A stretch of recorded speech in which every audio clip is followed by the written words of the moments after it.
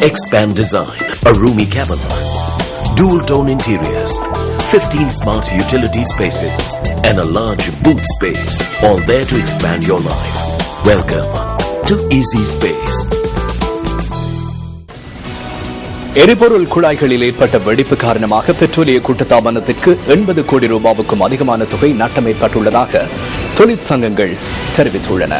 இந்த நட்டத்தை மக்கள் மீது சுமத்துவதற்கு அரசாங்கம் முயற்சிப்பதாக தேசிய ஊழியர் சங்கத்தின் பெட்ரோலிய குழு செயலாளர் ஆனந்த் பாலித் தெரிவித்துள்ளார். மொத்த நட்டம் 80 கோடியையும் தாண்டியுள்ளது. சுத்திகரிப்பு ஓரளவு காணப்பட்டாலும் ஒரு நாளைக்கு 2 கோடி ரூபாய் நட்டம் ஏற்படுகிறது. இது 2 மடங்காகவும் காணப்பட்டது. ஏனெனில் 1200 நிரந்தர ஊழியர்கள் சேவையாற்றுகின்றனர். மேலும் 800 பேர் ஒப்பந்த அடிப்படையில் செயலாற்றுகின்றனர். மின் கட்டணம், நீர் கட்டணம் என பல்வேறு கட்டணங்கள் காணப்படுவது மாத்திரமின்றி சுத்திகரிப்பும் நிறுத்தப்பட்டுள்ள நிலையிலும் குறைந்த அளவில் 5 கோடியேனும் நட்டம் ஏற்படுகிறது. 2 கோடி காணப்பட்டாலும் சுத்திகரிப்பு நடவடிக்கை இடைநிறுத்தப்பட்டிருந்தமையினால் 60 கோடி நட்டம் ஏற்பட்டு தாமத கட்டணத்தையும் சேர்த்துக் கொண்டால் 80 கோடிக்கும் அதிகமாகவே காணப்படுகிறது.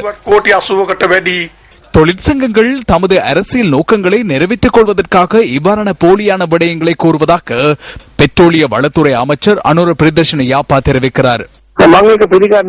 அதனை நான் ஏற்றுக்கொள்ள மாட்டேன். இயற்கையான ஒரு இழப்பே இடம்பெற்றுள்ளது என்பதனை பெட்ரோலிய தொழிற்சங்கங்கள் தெரிந்து கொள்ள வேண்டும். ஆகவே அவ்வாறான பாரிய தொகை நட்டம் ஏற்பட வாய்ப்பில்லை. 350க்கும் அதிகமான எண்ணெய் அந்த சந்தர்ப்பத்தில் எமக்கு கடலில் இருந்தது. அவற்றை கரைக்கு கொண்டு வருவதிலேயே எமக்கு பிரச்சனை காணப்பட்டது. எனவே அந்த பிரச்சனையை தீர்க்க முழு அளவில் செயற்பட்டோம். இவ்வாறான பிரச்சனைகள் குழாய்களில் ஏற்படலாம். குழாய்களில் ஏற்பட்ட கோளாறு காரணமாக மசகு எண்ணெயை தரை இறக்குவதற்காக வரவழைக்கப்பட்ட சிறிய ரக கப்பல்களுக்காக மேலதிக செலவு ஏற்பட்டுள்ளதாகவும் ஆனந்த பாலித்த தெரிவித்துள்ளார்.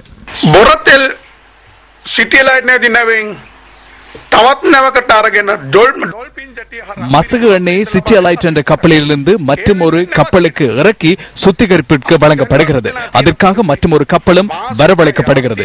இது ஒரு மாதத்திற்கு பெற்றுக் கொள்ளப்பட்டுள்ளது. ஒரு நாளைக்கு $15,000 ஆகும். தற்போது 14 நாட்கள் கடந்துள்ளன. ஆனால் இதுவரையில் 40,000 மெட்ரிக் டன் மசகு எண்ணெயில் சிறிய அளவை கூட பெற்றுக்கொள்ள முடியாமல் போயுள்ளது. ஒரு நாளைக்கு $15,000 வீதம் 14 நாட்களுக்கு வழங்கி அந்த கப்பலை அனுப்பவும் நடவடிக்கை எடுத்துள்ளனர். இது யாருடைய நிதி?